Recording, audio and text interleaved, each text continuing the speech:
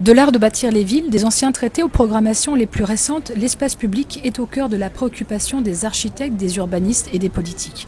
Sa production résulte d'une action menée par un nombre croissant des acteurs publics et privés dont les spécialités déterminent leur mode d'agrégation et ainsi le processus de fabrication. Périphérie se joint avec un grand intérêt au workshop proposé par Ecumen Studio à Tunis pour opérer sur la mise en œuvre de nouveaux projets. Depuis l'indépendance et précisément la période de la transition démographique jusqu'à nos jours, les politiques urbaines ont été le support de politiques publiques qui ont accompagné les grandes transformations sociales et économiques de nos sociétés.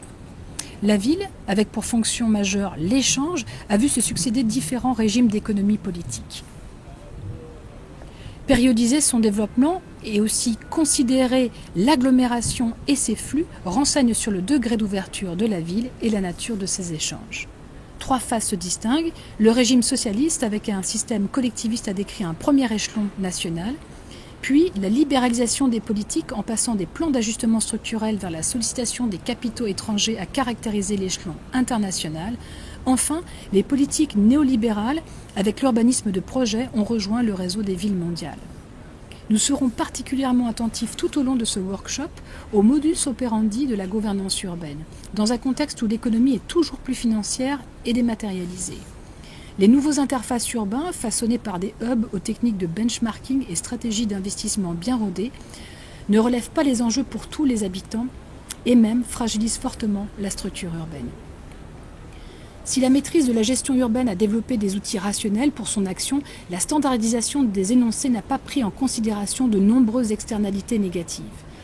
En effet, en l'absence de la connaissance des comportements, une partie de la population échappe aux dites catégories et les interactions entre les personnes sur les espaces publics ne jouent pas le rôle qui est attendu.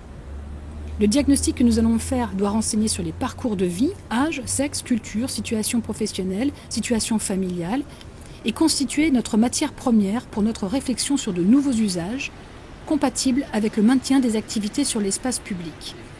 L'histoire contemporaine du peuple de la ville de Tunis rappelle à notre mémoire que si les activités sur l'espace public sont partagées par toutes et tous, elles sont garantes de sa pérennité.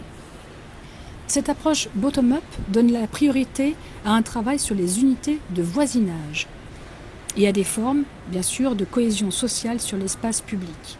La durabilité à la fois sociale, économique et environnementale oriente notre travail vers la définition d'un ou plusieurs écosystèmes. Les possibilités et formes de relations entre les habitants doivent configurer une ou des capacités.